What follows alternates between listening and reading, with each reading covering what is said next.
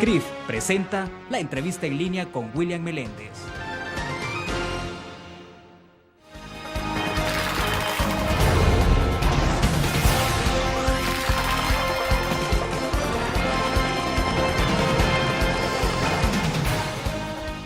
Bienvenidos a la entrevista en línea en este lunes 6 de agosto de 2012. Saludos a usted que nos acompaña a través de la prensagráfica.com, también por Canal 25 a las 9 de la noche y nos escuchan por GD Radio del Grupo Nutrice. Iniciamos la semana reflexionando sobre la educación en El Salvador, especialmente sobre los esfuerzos por reducir el analfabetismo. El censo de 2007 precisó que el país tenía en ese momento 682.399 personas que no sabían leer ni escribir. Queremos ahora actualizar esas estadísticas a la luz del trabajo que realiza la cartera de Estado dedicada a ese objetivo. Hablaremos de los retos y desafíos y de perspectivas al cierre de los planes proyectados para 2014. Nos acompaña en nuestros estudios Angélica Paniagua. Ella es jefa del Departamento de Alfabetización del Ministerio de Educación y coordinadora del programa especial. Angélica, bienvenida, es un gusto. Bueno, muchas gracias por darnos este espacio y hablar de este tema tan importante para el país. Perfecto, Angélica. Para comenzar, creo que es importante ubicar a nuestros cibernautas y televidentes un poco en el contexto, dar un poco de background que tenga que ver con lo que les mostró ese el censo de 2007, porque debo entender que entonces es como el instrumento más inmediato que tienen ustedes en términos estadísticos para plantearse los objetivos, trazarse las metas, ¿no? Sí. Pero hablar un poco entonces del censo en esa materia. Bueno, como tú bien decías, en el año 2007 se tiene el dato de la DIGESTIC, que nos plantea que el país, a pesar de que estamos en el siglo XXI, estamos hablando de más de 500.000 de personas que está todavía en condición de analfabetismo. Eso lo podemos considerar todavía como una deuda histórica para nuestra población, que no tuvo la posibilidad de gozar el derecho a la educación. Entonces, son más de 682.000 personas que están en esta condición, y dentro de esa cantidad también hay algo importante que destacar. Estamos hablando de que el 62% de esa población son mujeres, y la mayoría de esta población está ubicada en las zonas rurales. Entonces, un aspecto, digamos, sobre el cual trazamos todas nuestras estrategias de trabajo, y partimos con esa información porque el dato oficial que había en ese momento, que se toma posesión en el año 2009, para poder orientar todas las estrategias que estamos desarrollando a partir del año 2010. Ahora, estamos hablando del segmento más grande de analfabetismo ubicado en las mujeres. Las mujeres han cargado con la cuota más alta, en sufrir las consecuencias de esto. Sí, definitivamente, como te decía, más del 62% de nuestra población en condición de analfabetismo son mujeres, y esto implica entonces que la mujer, aparte de su condición de ser mujer y por vivir en zonas rurales, también es doblemente excluida, digamos, de su derecho a la educación. Y esto nos plantea también otros retos muy grandes de cara a lograr que esta población, que por muchos años no tuvo la oportunidad de ir a la escuela, pues ahora lo logremos a través de un programa como este, que tiene una modalidad de trabajo bastante flexible y bastante cercana, digamos, a la realidad de la población para poder atender según sus necesidades. Angélica, ¿qué tipo de programas eran los que estaban diseñados hasta 2009? Ustedes toman el ejercicio de la administración actual en junio de 2009, y estábamos hablando antes de comenzar la entrevista que ustedes, al final, como hay una especie de traslape en tiempos, debieron correr con los programas ejecutados que venían en ejecución hasta diciembre de 2009. Sí, efectivamente. ¿Qué es lo que ustedes encuentran hasta 2009? Bueno, hasta el año 2009 venía trabajando el Ministerio de Educación con el programa PAEVA, que era el programa orientado para esta población, y con un diseño metodológico, digamos, presencial, donde requería de personas también que en ese término se le llamaban voluntarios, pero que recibían un estímulo económico que el programa les estaba aportando, y era ejecutado a través de organismos implementadores, ONGs, universidades, cualquier otra instancia, digamos, que a través del ministerio otorgaban un subsidio, y en ese marco pues desarrollaban toda la estrategia a nivel nacional. Cuando se toma posesión este gobierno en el año 2009, se terminó el proceso tal como se venía desarrollando, y fue hasta el año 2010 que iniciamos la implementación del Programa Nacional de Alfabetización, Educando para la Vida. O sea, le dimos una connotación diferente. El programa está diseñado en 5 estrategias, está basada todo su desarrollo, y en ese marco entonces iniciamos una de las estrategias diferentes, digamos, a lo que se venía haciendo en años anteriores. ¿Cuál es el, a lo mejor me explica más adelante de los 5 ejes estratégicos, pero cuál es el giro fundamental que le imprimen? Es decir, ¿en dónde están los cambios fundamentales? Ajá. Porque uno puede pensar, bueno, programas quizás son más o menos parecidos, o simplemente de seguimiento. Sí. Lo que sí se mantiene de este plan, de lo que se venía haciendo anteriormente, es el diseño de los niveles educativos, que ya tiene desarrollado el Ministerio de Educación de primero a sexto grado. El programa está diseñado para atender a población que no sabe leer y escribir en un primer nivel, y si terminan satisfactoriamente el proceso se les otorga un primer y segundo grado. Las personas que ya pasaron el primer nivel y quieren seguir el segundo o el tercero, pues pueden terminar con todo el programa en más o menos un año y medio en los 3 niveles de alfabetización y obtener un sexto grado. Digamos, esa parte curricular y de diseño legal, digamos, que tiene en relación al currículo nacional de educación básica, pues se ha respetado. Ese es como una especie de programa comprimido.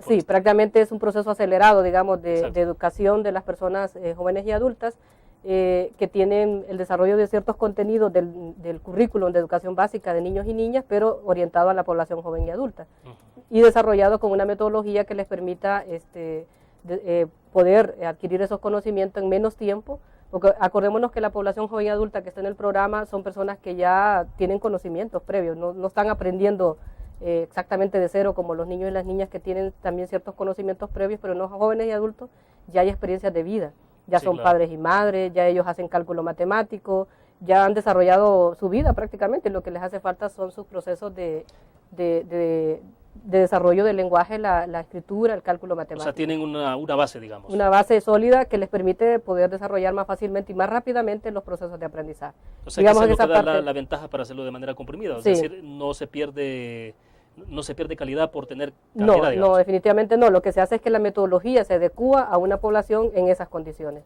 porque ya no debemos empezar de cero con ellos, ¿verdad? Sino que hay que fortalecer los conocimientos que ya tiene. Entonces, eso lo respetamos, el sistema tal como venía trabajado.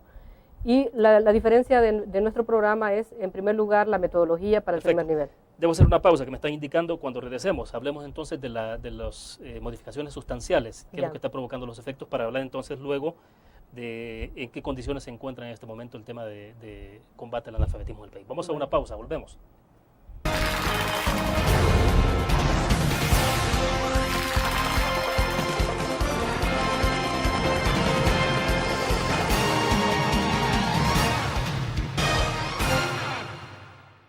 ¿Qué te parece si este año descubres nuevos destinos?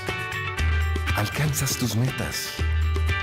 Manejas nuevos triunfos sin más preocupaciones. Cuenta con nosotros para lograr todas tus aspiraciones. Los créditos de la Agrícola te acompañan para que puedas crecer hasta donde te lo has propuesto. Solicítalos al 2210-9800 en bancoagrícola.com o en agencias. Banco Agrícola.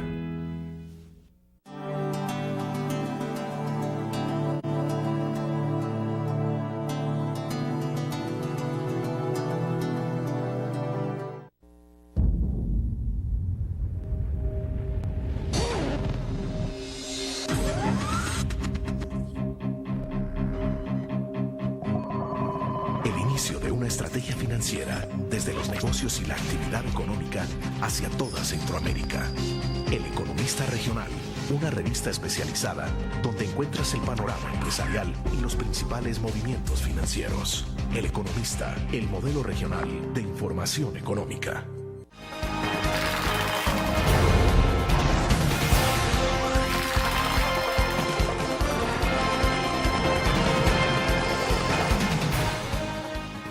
Continúa con nosotros en nuestros estudios Angélica Paniagua, jefa del Departamento de Alfabetización del Ministerio de Educación y coordinadora del programa Educando para la Vida.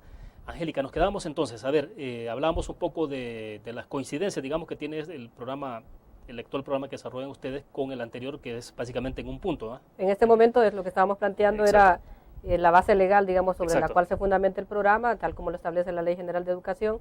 Y uno de los cambios que hicimos fue la parte metodológica, que en este caso para el primer nivel se introdujo la utilización de la radio como una herramienta de enseñanza-aprendizaje. Estamos hablando de la metodología alfa radial, o sea que hay grabados en CD o en radioclases, ahí depende de las posibilidades que tengamos con la población en los círculos que organizamos, del material que está impreso, tiene guiones radiales elaborados y trabajados pedagógicamente para que cualquier persona que nos apoye, que ese es otro cambio que hemos hecho, de manera voluntaria, o sea, el programa está basado también en la estrategia del voluntariado. No hay estímulo económico como había en el programa anterior, en el PAEVA, sino que es a través del voluntariado apoyándonos en los estudiantes de servicio social estudiantil, de tercer ciclo, bachillerato o a nivel universitario, y de personas solidarias que quieran apoyar a su familia, a un amigo, a hermanos de la iglesia. Y ese hecho de no tener un incentivo económico no les ha implicado un poco de dificultades. Motivar. Evidentemente la gente cuando tiene un estímulo económico, pues hay una tendencia a reaccionar de otra manera.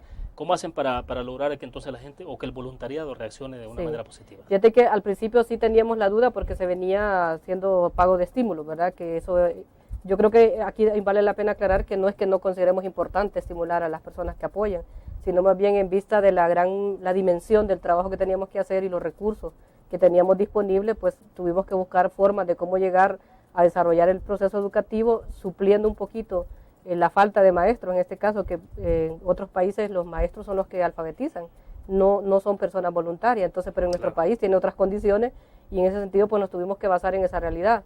Y a partir de ahí empezamos a lanzar la estrategia del voluntariado a través del servicio social estudiantil, que el servicio social estudiantil sí es obligatorio, o sea, todo estudiante de bachillerato, todo estudiante universitario tiene que hacer sus horas sociales.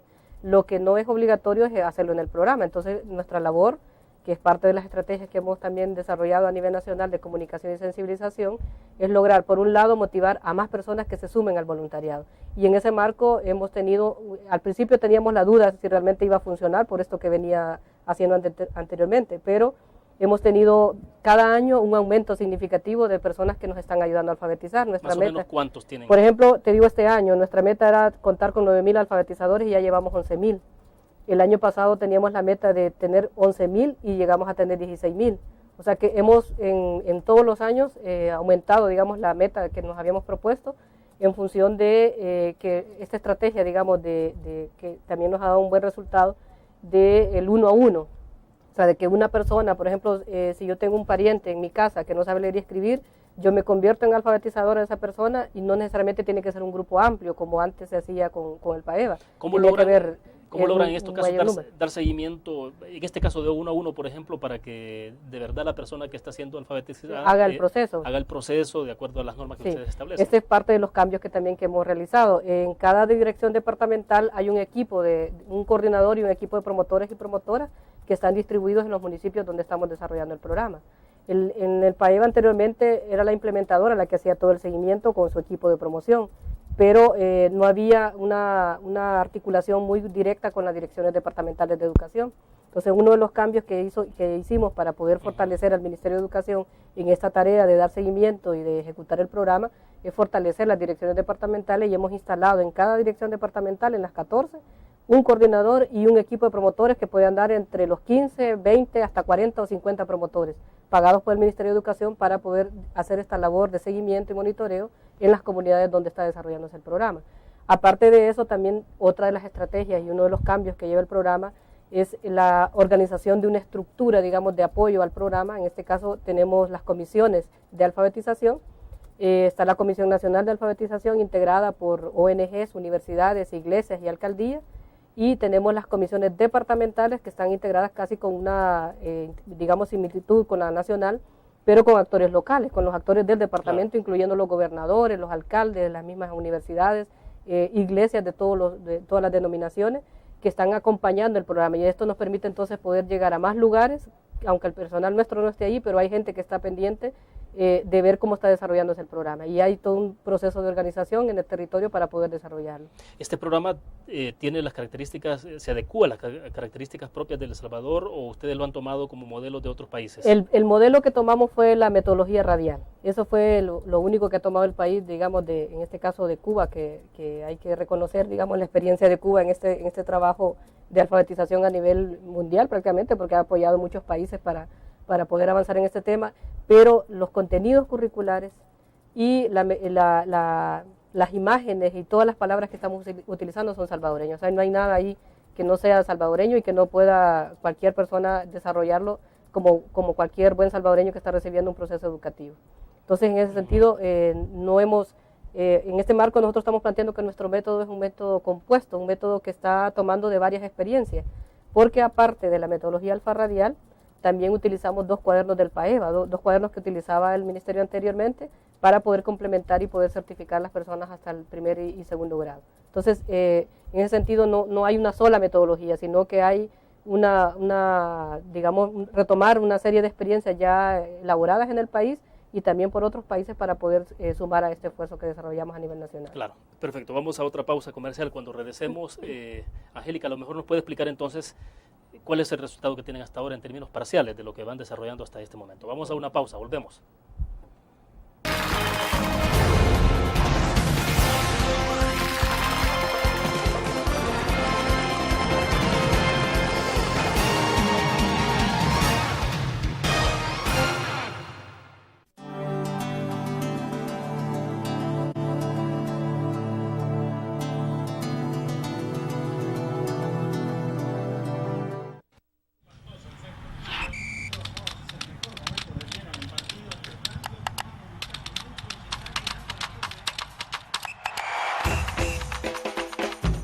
La emoción del deporte está en www.elgráfico.com. Ingresa al nuevo escenario deportivo y descubrí toda la pasión del deporte. Fotos, videos, fichas y resultados de las mejores ligas del mundo. Elgráfico.com. Conectados por deporte. Learn. La revista más innovadora y moderna de todos los tiempos. Única en su estilo, creativa. Un espacio exclusivo y reservado de entretenimiento y diversión, llevada al máximo. Blur. Time Out, Movie, lo mejor de la cartelera. Art. Shopping, la guía de la moda. Go, viajes cortos fuera de la ciudad. Blur.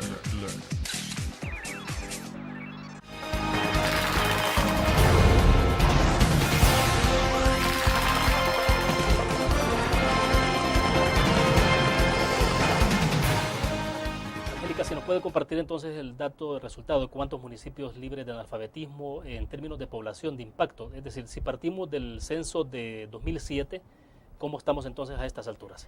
Bueno, hasta la fecha hemos logrado atender desde el año 2009 hasta el 2011 más de 130.000 personas que son las que han estado participando en nuestros círculos de alfabetización, y en ese marco hemos declarado ya 6 municipios libres de analfabetismo. El primero fue Comacarán en San Miguel, Jocuaitique en Morazán, 3 de Chalatenango, que es San Antonio de los Ranchos, Azacualpa y San Francisco Lempa, y 1 en Santa Ana, que es Mazahuat. Entonces, en ese marco de la estrategia del programa hemos contribuido, digamos, significativamente a ir saldando esta deuda con esta población, y pues por supuesto la idea es seguir fortaleciendo este trabajo para poder lograr la aspiración de que El Salvador sea declarado libre de analfabetismo, que es nuestra aspiración inicial cuando se hizo el Plan Nacional de Alfabetización. Por supuesto que en este marco han ido desarrollándose algunos ajustes que han tenido que hacerse en función de los recursos, en función de las posibilidades que ha tenido el Ministerio de Educación para poder desarrollar el programa. Sin embargo, seguimos con la aspiración de que El Salvador algún día pueda ser declarado, y esa es la parte de los esfuerzos que estamos haciendo al ir avanzando cada año con cantidad de municipios que podamos ir declarando. O sea, la estrategia va a ir declarando poco a poco hasta llegar a nivel nacional, que sería como nuestro objetivo fundamental para poder lograr que toda esta población que ha estado excluida ahora sí logre tener acceso a la educación. Angélica, ¿y qué sería? ¿Habría que tener un ritmo más alto de crecimiento de personas alfabetizadas cada año? Digo, porque 130.000 en promedio anual. Sí. Eso es lo que en los 3 años, sí, de 2009 hasta 2011. Este año ya llevamos incorporadas 46.000 personas al programa, que se suman, digamos, a esas 130.000 que ya hemos alfabetizado o que hemos atendido, y las que estamos atendiendo en este año, de acuerdo a los recursos que tenemos orientados para ejecutar.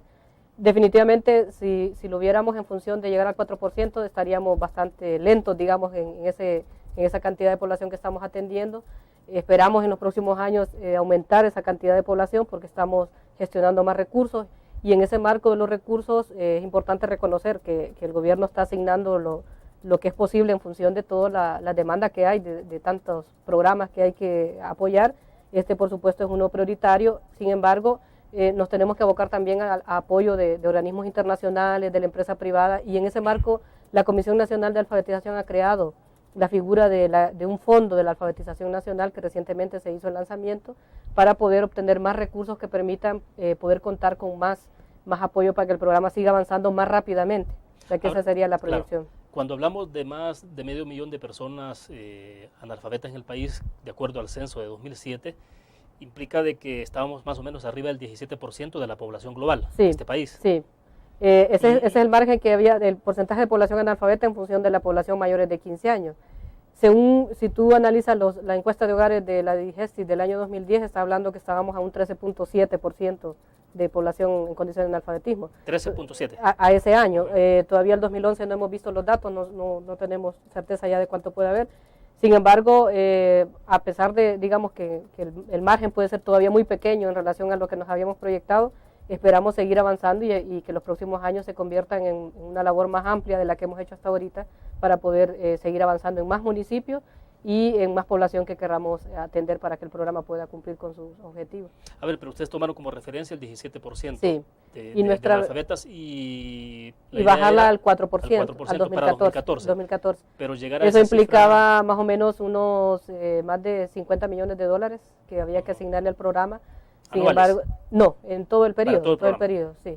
Esa era la proyección, pero en ese marco, pues definitivamente a la hora de ejecutar cada uno de los programas se van teniendo las asignaciones anuales, digamos, de lo que es posible distribuirle a cada programa, pero sin embargo, a pesar de eso no nos detenemos, el programa sigue avanzando y estamos superando las metas, aún con esos recursos limitados que tenemos todavía, pero que son significativos para poder hacer el programa. En este momento no ha habido un replanteamiento para tener idea de con qué porcentaje van a cerrar entonces en 2014, es decir, cuando termine esta administración y haga el traspaso a la siguiente, saber más o menos el porcentaje. Todavía estamos a 4%, sí, pero todavía estamos analizando eso y quizás no nos queremos atrever todavía a dar una proyección porque ya habíamos planteado una meta, era el 4% y hacia eso queríamos aspirar.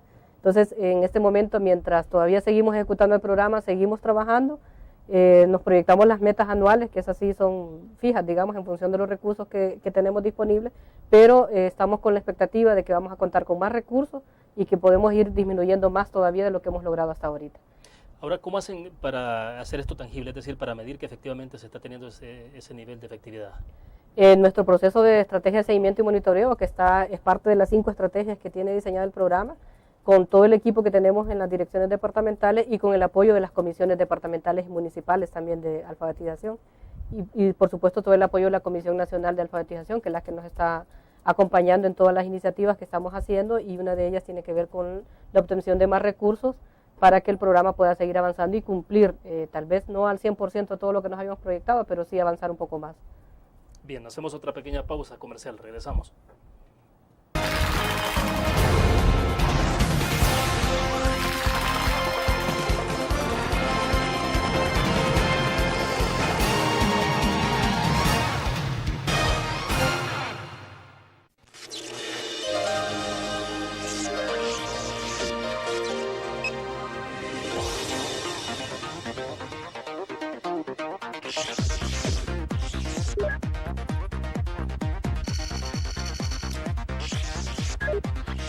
Estimulamos tus sentidos para que leas, veas, escuches e interactúes con la verdad.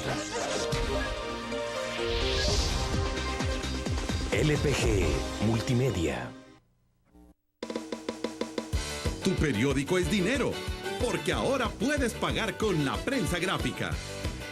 Busca y recorta en tu periódico el dinero que podrás canjear en los establecimientos de nuestros aliados. Encontrarás uno cada día.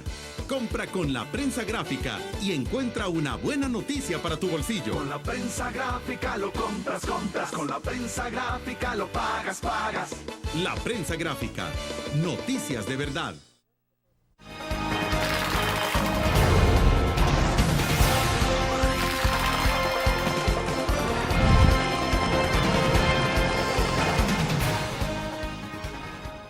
Angélica, en el mapa que han realizado de cómo está la situación de analfabetismo en cada departamento, creo que es importante que conocer un poco cómo se ha distribuido y cuál ha sido la incidencia que se tiene de esto a nivel nacional. Sí. Porque bueno, estamos viendo un mapa que me mostraba hace algún momento. ¿Qué implicaciones tiene? Es decir, si uno lo revisa en términos gruesos de relación a la población, vería que es la zona central la que ha tenido más avances en alfabetización, sí. Pero bueno, en los departamentos, entre más se alejan de la capital, parece que hay más problemas. Sí, definitivamente los departamentos históricos, digamos, donde hay municipios en extrema pobreza, estamos hablando de Morazán, La Unión, Cabañas, Chalatenango, Aguachapán, Usulután y San Miguel también, que no están excluidos de esta situación. son los departamentos que tienen el más alto índice de analfabetismo, y eso nos da la pauta de también pensar qué otras estrategias tienen que aunarse a este esfuerzo, porque no es casualidad, digamos, que estos sean los departamentos o los municipios donde haya más exclusión en este tema de la educación, sino también donde hay más población en condición de extrema pobreza.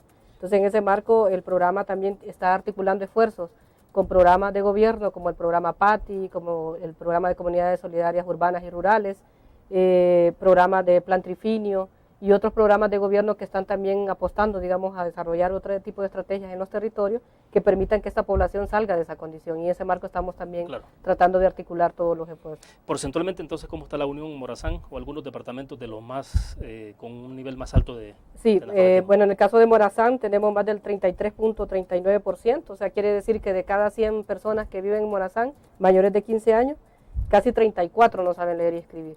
Eso es duro realmente para el desarrollo que tiene el país, ¿verdad? Y las condiciones que estamos viviendo de avance en la tecnología, cómo un departamento puede tener una población tan alta que no sepa leer y escribir. La Unión con un 32.10, San Miguel con un 24.32, Usulután con 26.78 y Chalatenango con 24.54 y en el occidente Ahuachapán con el 24.86. Esto nos da la pauta también de buscar estrategias que permitan cómo ir atendiendo esas necesidades, y en ese marco toda la estrategia del programa también está articulando diferentes esfuerzos para poder avanzar.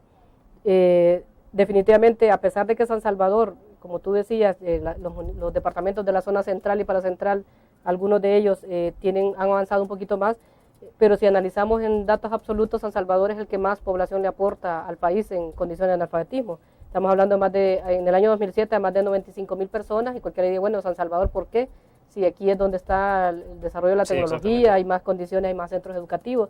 Sin embargo, una de las explicaciones es la población que migra hacia la ciudad y que se va ubicando prácticamente en los municipios aledaños a San Salvador, como Mexicanos, Soyapango, Apopa, San Martín, y ahí es donde se va concentrando una cantidad de población que está en condiciones de analfabetismo y que está haciendo esa cantidad mayor que todo el país. O sea, no es analfabetismo, por decirlo esos términos, que se esté produciendo en el departamento, sino que viene de otros lados. Viene la población que ha migrado. Exacto. O la población que ha nacido también aquí, porque hay que tomar en cuenta que los que ya migraron para acá, si su padre y su madre no iba a la escuela o no sabe leer y escribir, pues va a ser más difícil para ese niño y esa niña también tener las condiciones para ir a la escuela, porque tienen que dedicarse a vender en los mercados.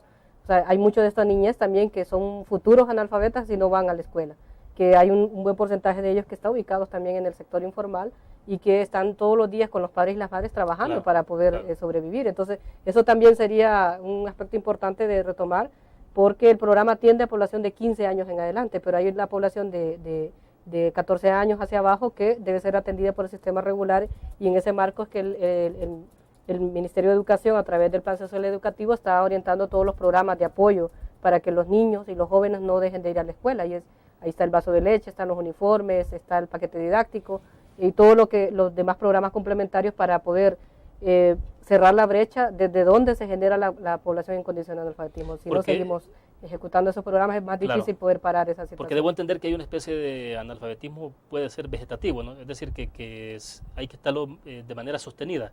Porque vaya, ustedes han diseñado en este momento un programa especial grande a nivel nacional, pero puede llegar un momento determinado en que este programa ya no sea necesario, tendrá que estarse focalizando a otros niveles. Quizás el planteamiento aquí sería que el programa está inserto en una visión de la educación permanente de jóvenes y adultos. O sea, que en este marco estamos diciendo que si vamos a alfabetizar esta cantidad de población, nuestra obligación como gobierno y como país también sería en este caso garantizar que esta población siga estudiando. Porque el riesgo que corremos, igual que lo ha pasado en otros países, es que si la población no sigue practicando lo que aprendió, si no sigue ensayando, si no sigue desarrollando esas habilidades, al final de cuentas se va a convertir en un analfabeta funcional. Y eso va a ser más grave, digamos, que no haber hecho nada en todos estos años por alfabetizar. Sí, porque además requiere toda la inversión. O sea, requiere más recursos, eso ya sería otro presupuesto aparte, digamos, de poder seguir avanzando. Aunque el programa está diseñado para atender los 3 niveles, estamos desarrollando también simultáneamente el segundo y tercer nivel, pero con una cantidad un poquito más baja de población, y que esperamos seguir teniendo más apoyos para poder cubrir más de esta población que estamos alfabetizando y evitar el analfabetismo funcional, que sería bastante grave para el país también. Ahora, me interesa que hablemos después de la pausa comercial, Angélica, sobre qué hacer para evitar que haya analfabetas, es decir, cómo se logra, porque al final lo que se requeriría es, ustedes están atacando a una población que obviamente no va a retroceder en edad, o sea, va creciendo, entonces, pero cómo hacer para que los niños no caigan en esa condición. En esa condición, exactamente. Vamos a una pausa, volvemos.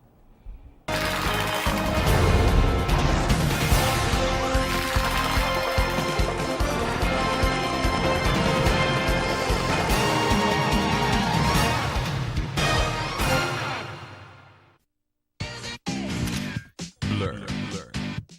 La revista más innovadora y moderna de todos los tiempos. Única en su estilo, creativa.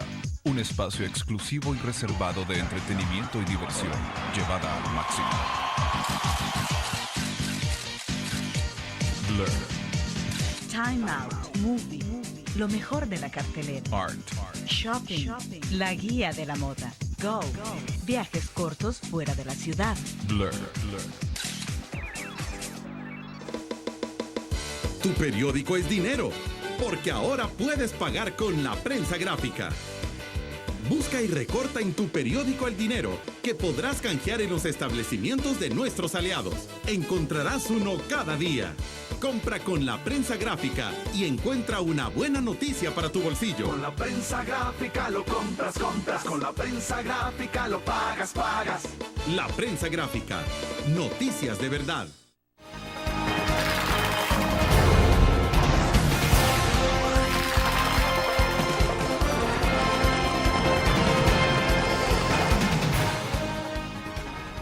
Bueno, saber entonces cómo hacen ustedes o cómo se puede hacer a futuro para evitar entonces de que tengamos este problema a la vuelta de 5 o de 10 años.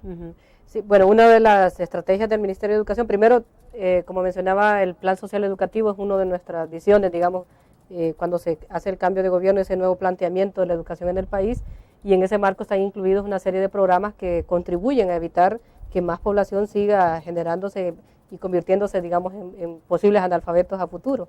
Estamos hablando, como decía hace rato, de los programas que atienden a la niñez en diversas escuelas del país, como el vaso de leche, los uniformes, los útiles escolares, los zapatos y todo eso, una serie de programas que permiten que la población no tenga la excusa de decir, no mando a mi hijo a la escuela porque no tengo los recursos para poderlo mandar. Entonces, esa es una de las iniciativas que está desarrollando el Ministerio de Educación. Otro de los programas es mejorar la calidad educativa, porque también mucho de que la población sea expulsada del sistema tiene que ver con la calidad de la educación, y en ese sentido la escuela inclusiva a tiempo pleno se convierte también en una herramienta, en un programa básico para que la población se quede, se motive a seguir aprendiendo y no convertirse más adelante en futuros analfabetos. Otra de las estrategias que estamos desarrollando también es la educación inicial. El Ministerio también tiene el programa de la educación de 0 a 6 años, y esto implica no solo atender al niño y la niña, sino también educar al padre y a la madre. Y eso está orientando también a desarrollar una serie de estrategias de formación de cómo desarrollar pautas de crianza para que los padres y madres también vayan sensibilizándose en la tarea de educar, y de educarse primero ellos también para poder educar a sus hijos. Y en ese marco ir generando, digamos, en ellos la necesidad de seguir fortaleciendo sus conocimientos, de poder ir a la escuela los que no saben leer y escribir, o de seguir formándose de acuerdo al grado en el que se quedaron. Angélica, ¿y es tan posible medir o pueden percibir ustedes el hecho del impacto más bien que tiene el vaso de leche, el tema de útiles escolares, de los uniformes en los niños o en las familias para estimularlos a que envíen a sus hijos a la escuela? Fíjate, como no es parte de mi programa donde estoy trabajando, pero con lo que hemos visto, digamos, en las comunidades, a ti cualquiera diría, bueno, pero un vaso de leche, ¿por qué va a motivar a una persona a ir a la escuela, verdad?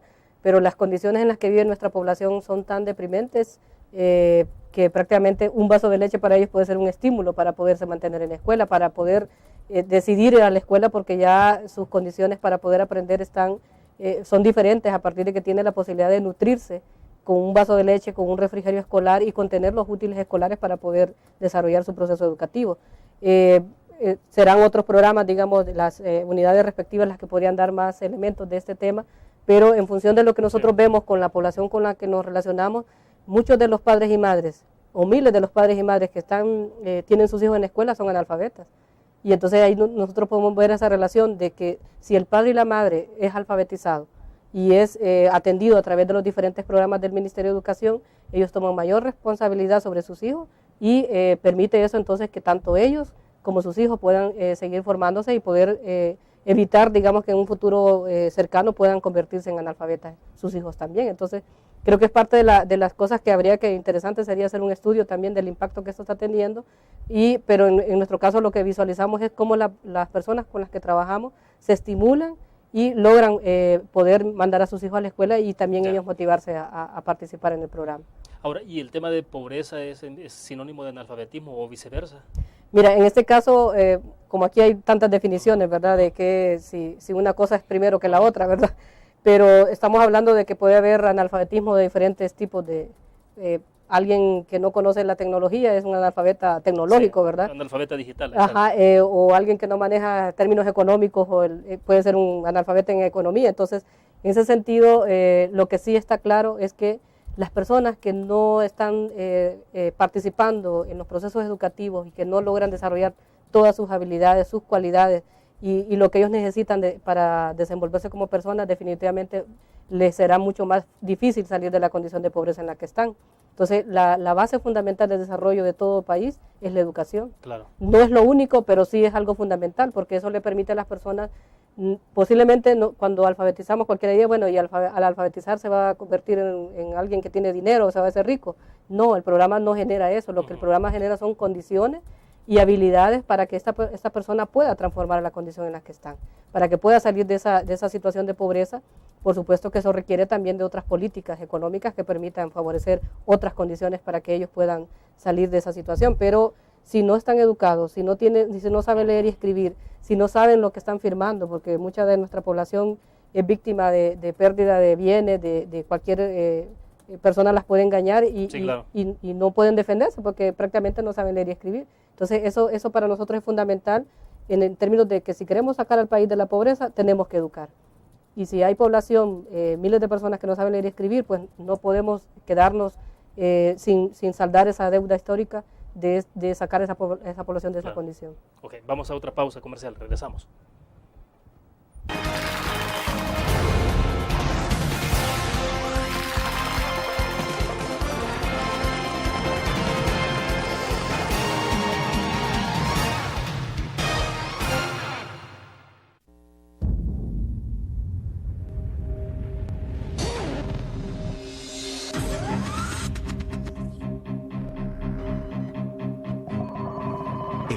De una estrategia financiera desde los negocios y la actividad económica hacia toda Centroamérica. El Economista Regional, una revista especializada donde encuentras el panorama empresarial y los principales movimientos financieros. El Economista, el modelo regional de información económica.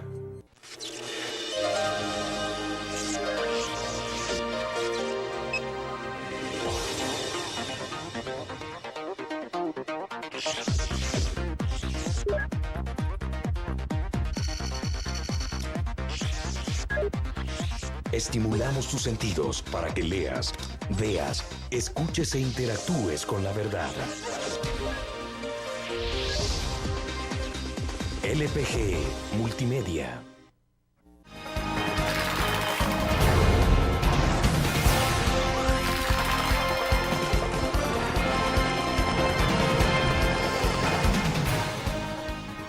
Tengo una inquietud sobre este tema del analfabetismo, Angélica, y es si, por ejemplo, le consultaba en el corte comercial, si donde hay un analfabeta es porque esa familia es pobre. ¿Esa vinculación sea una vinculación directa o no? No necesariamente, porque hay personas que tienen dinero y no saben leer y escribir. O sea que si vemos el concepto de pobreza solo por la parte económica, pues definitivamente no es tan, direccional esa relación, sino más bien si hablamos de la condición de pobreza en función de no tener las condiciones de vida adecuadas, no tener el desarrollo pleno como persona, no gozar de sus derechos, de no tener educación, salud, vivienda digna y todo lo demás. O sea, en ese sentido, esa relación no es tan, en esa forma de decir que yo soy pobre porque soy analfabeta, porque sí hay personas que tienen dinero pero no saben leer y escribir. Entonces, en ese sentido, para nosotros es importante esa visión de para qué consideramos una persona analfabeta, o sea, hacia qué va orientado nuestro programa. no es solamente enseñar a leer y escribir y darle las herramientas básicas de cálculo matemático, sino también que la persona pueda tener las herramientas y las habilidades para transformar su vida.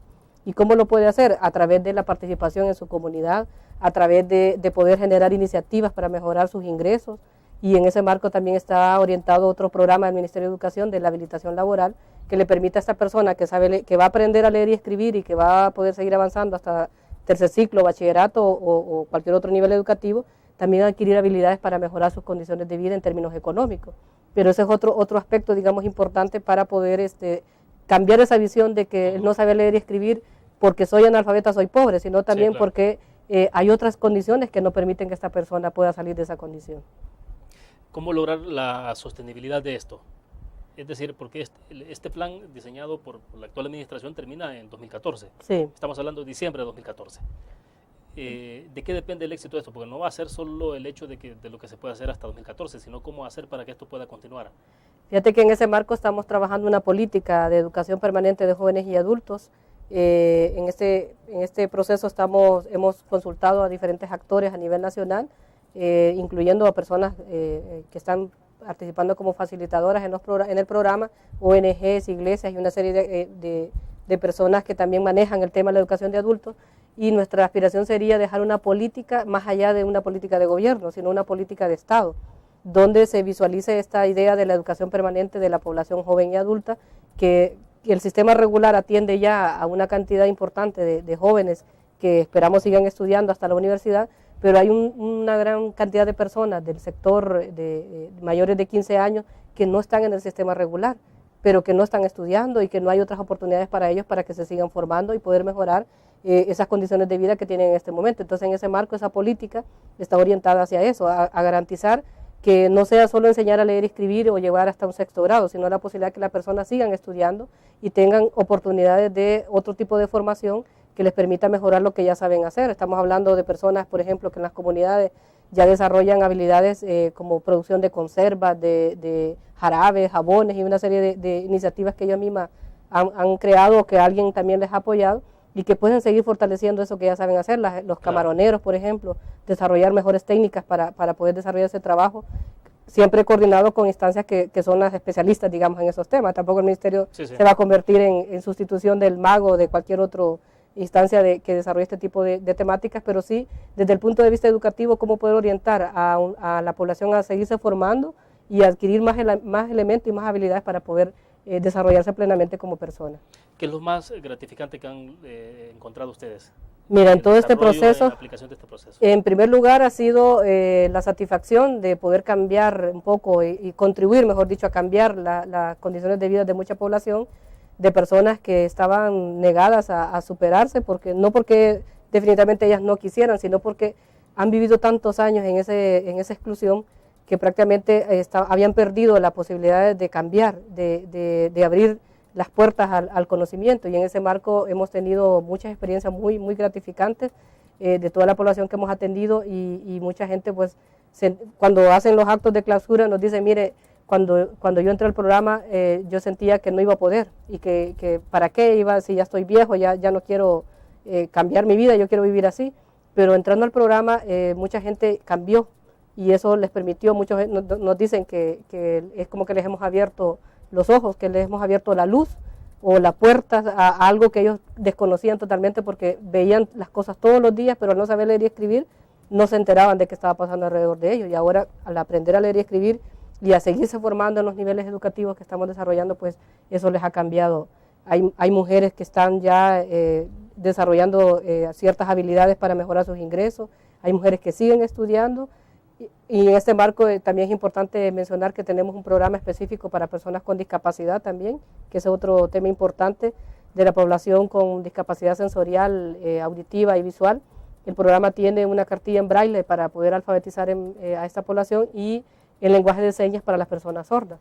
Entonces también estamos abriendo las posibilidades a jóvenes y adultos excluidos del sistema, pero también con discapacidades que no han sido atendidos, y también a personas que están en los centros penales, que están siendo atendidas con el programa, y que muchos de los reos que están en fase de confianza también se convierten en alfabetizadores voluntarios.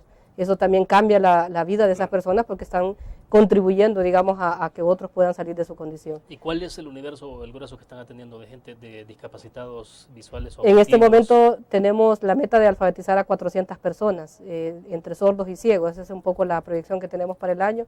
Esperamos seguir siempre desarrollando más para los próximos años, pero en este año esa es la meta que nos hemos proyectado. En todo el país prácticamente hay alguna otra persona que está siendo atendida por el programa y la idea sería seguir articulando con otros actores del territorio que manejan estos temas también con personas con discapacidad. En el caso de centros penales es un trato muy especial. El programa se desarrolla así con ciertas irregularidades, digamos, en algunos momentos, porque cuando hay requisas, cuando hay algún movimiento de algún reo, pues se ve interrumpido el proceso, pero tratamos de desarrollar el periodo que dura el programa es 10 horas semanales, que pueden ser entre 5 a 6 meses. Ese es un poco lo que está proyectado para que dure todo el programa de alfabetización con una metodología adecuada para población joven y adulta. Y en ese sentido, pues en los centros a veces nos tardamos un poquito más por esas condiciones que a veces ya no dependen de nosotros, sino que también del entorno en el que ellos están ahí. Y algunos que son trasladados a otros centros penales, pues los tenemos que retomar en otro centro. Pero en centros penales también recurren al voluntariado. Sí. Hay otros reclusos que están, porque allí ya hay algunos. Hay centros educativos, o sea que cada centro penal tiene una escuela con maestros pagados por el Ministerio de Educación, pero también desarrollamos la iniciativa porque son jóvenes y adultos también y que pueden trabajar, desarrollar el proceso con el centro educativo que está allí o lo pueden hacer con el programa de alfabetización. O sea, ahí el reo también tiene las posibilidades de adecuarse al el ámbito, digamos, en el que ellos quieren trabajar. Perfecto. Vamos a hacer la última pausa comercial. Volvemos con más.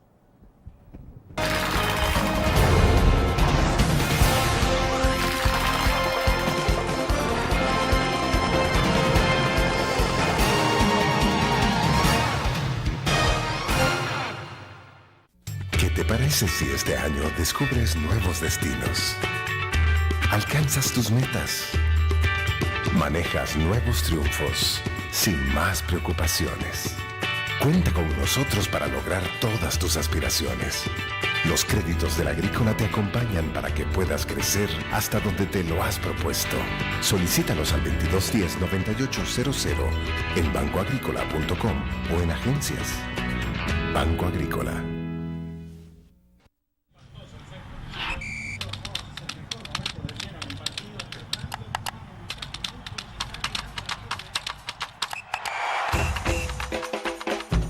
La emoción del deporte está en www.elgráfico.com.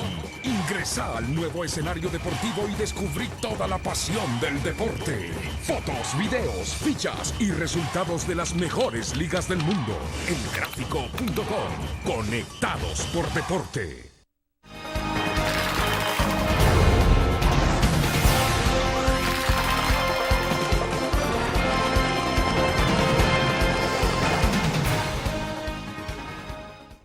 Bien, estamos al cierre de la entrevista en línea, Angélica. Entonces, hablamos del tema, bueno, presupuesto sí lo abordó en algún momento determinado, pero quisiéramos saber cómo están haciendo ustedes, porque el promedio de asignación para todo el programa son $50 millones. Esa es la proyección que teníamos, sí. Pero las erogaciones anuales, ¿de cuánto son 2.3 o 2.4, depende de otras distribuciones que se hacen al interior del Ministerio de Educación. Y cuando hay proyectos, digamos, como Luxemburgo, el año pasado tuvimos el apoyo de Luxemburgo, que nos aportó $600.000. También la Organización de Estados Iberoamericanos gestiona también recursos para poder apoyar el Programa Nacional de Alfabetización. Entonces, sumando todo eso, casi se hacen más o menos entre 3 o 4 millones anuales los que estamos ejecutando de esa manera. Pero si le sumáramos todo el apoyo que nos dan las alcaldías y las ONGs y todo lo demás, pues el presupuesto es mayor. Lo que pasa es que esos fondos ya no son trasladados al Ministerio de Educación, sino que se han ejecutado directamente por las instancias en cada departamento, en cada municipio. Entonces consideramos que sí hay un avance importante en relación a los recursos, pero por supuesto que nos hace falta mucho más para poder avanzar en la meta que nos habíamos trazado. Para ustedes, ¿cuál es la parte neurálgica del programa? Es decir, ¿qué es lo más importante, lo que hay que darle atención de manera permanente? Fíjate de que cualquiera diría que podría ser el dinero, pero para nosotros más que eso es la dificultad que tenemos para lograr que las personas se estimulen a participar en el programa. Porque la mayoría de nuestra población, que son ya de 60 años en adelante, como han vivido tantos años en esta condición, consideran que ya, ¿para qué los vamos a alfabetizar si ya se van a morir, así han vivido toda su vida? Entonces, nuestra dificultad mayor está en convencer a estas personas y que ellas finalicen el proceso satisfactoriamente, porque podemos tener todos los recursos, materiales, los promotores listos para atender, pero si la persona no quiere, no podemos hacer nada. Entonces, ese es nuestro mayor obstáculo, digamos, en este caso sería cómo esta población que ha estado excluida por tantos años, la motivamos para que se inserte al programa y que podamos avanzar para que ella pueda desarrollarse plenamente como persona. Ese es parte, digamos, de los obstáculos más grandes, y ese es el llamado que hacemos a nuestra población que está en condición de analfabetismo, que se incorpore al programa, que nunca es tarde para aprender, que hay una serie de alternativas, que el programa tiene unas modalidades flexibles para poderlo hacer en horarios, en lugares, en las condiciones que necesitamos para que la persona pueda desarrollarse en el círculo de alfabetización. A propósito, creo que hay un dato que sería interesante compartir, y es los porcentajes de población de edades que tienen en el programa. Sí, teníamos ahí la cantidad de población que teníamos en condiciones de analfabetismo. Tenemos que de 15 a 24 años, según la DIGESTIC, son 69.956 personas que están en ese rango de edad. Entre los 25 y 59 tenemos 373.584. Es la parte del rango más alto. Aquí es donde está la mayoría de población, y de 60 años a más, 238.859. O sea que el 54.75, casi el 55% de la población está de los 25 a los 59, un 35% está de los 60 años en adelante, y un 10.25% de los jóvenes de 15 a 24 años, que cualquiera diría, bueno, pero jóvenes, ¿cómo es posible que hayan jóvenes analfabetas? Pero sí hay. Y esa es parte de las estrategias que tenemos que buscar para poder llamar la atención de los jóvenes, llamar la atención de esta población, que es la mayoría de la que está entre los 25 y los 59, que están en una edad productiva todavía muy importante para el país, y que por no saber leer y escribir, pues están en rezago prácticamente, y poder contribuir a la economía del país. ¿Cómo se puede explicar el hecho de que haya jóvenes todavía? Bueno, esto podría explicarse por un lado, la migración es uno de los factores fundamentales, y ya que hablamos de migración, también es importante considerar que tenemos una gran cantidad de población salvadoreña en Estados Unidos que no sabe leer y escribir, y muchos de estos jóvenes, la mayoría de estos jóvenes son los que están allí. Y que ese dato me imagino que es una especie de subregistro. Sí, eso prácticamente no tenemos exactamente cuántos son, pero sí sabemos que hay jóvenes, porque tenemos, cuando nos relacionamos con las personas en los círculos, dicen, pero mi hijo está en Estados Unidos, pero él tampoco sabe leer y escribir, y el hijo a veces quiere mandarle cartas a su mamá, pero busca a una persona para que se la haga, o la mamá tiene que buscar a alguien para que le lea la carta que le manda a su hijo. O sea, hay unas situaciones ahí bastante duras que enfrentan las familias salvadoreñas, y que nos obligan entonces a buscar estrategias en todos los lugares, no solo en el territorio, sino también a nivel de Estados Unidos y de otros países donde también hayan salvadoreños que puedan apoyar. Y en ese marco vino una cantidad de jóvenes voluntarios hoy en el periodo de vacaciones para ellos, ¿verdad?, apoyar el programa en actividades concretas de visitas a los círculos en varios municipios. Eran hijos de salvadoreños que se motivaron con la idea de que aquí había un programa que estaba alfabetizando a personas jóvenes y adultas, y ellos quisieron venir a conocer de primera mano cuál era esa situación, y muchos de ellos se motivaron porque sus papás son analfabetas. Yo decía, mi papá y mi mamá cuando se fueron para Estados Unidos no sabían leer y escribir, y a mí me motivó venir al país para ver qué es lo que estaba pasando y cómo poder contribuir para que esa situación se cambie. Angélica, ¿quién está certificando los avances del programa? ¿De qué manera se certifica? Para certificar a la población que sabe leer y escribir es las direcciones departamentales con una unidad de acreditación. Ese es el mecanismo que tenemos, el ministerio ya ha establecido como cualquier grado académico que la persona puede estudiar. Después de cumplir con ciertos requisitos, conocimientos y habilidades que tiene que demostrar que las ha asumido y que las puede desarrollar, se le acredita al grado que le corresponde, y eso lo hacen las direcciones departamentales. El proceso de acreditación, si el país está avanzando, digamos, en lo que nos habíamos planteado, lo que hacemos son esas comisiones departamentales y municipales son las que se convierten como los testigos, digamos, de que el proceso se ha hecho de manera transparente, y de que ahí en ese municipio sí se ha hecho la labor de alfabetizar a las personas que dijimos que hemos alfabetizado. ¿El programa tiene un 100% de efectividad o hay un margen? Sí, siempre hay una cantidad, por lo que te mencionaba, de nuestros limitantes mayores, cómo lograr que esta población mayores de 60 años se queden en el programa, o aún incluso las de 25 a 59. O sea, el nivel de deserción puede ser más alto en los mayores. 30, sí, la mayoría de la gente que deserta del programa son personas de 60 años en adelante, algunos jóvenes también, o personas de 25 a 59 porque se tienen que dedicar a trabajar. y eso hace que abandonen el proceso o se muevan del lugar donde los estábamos atendiendo y ya se nos hace difícil en algunos casos volverlos a contactar. Pero sí hay un margen de población que no termina y ese es allí donde está nuestra dificultad mayor.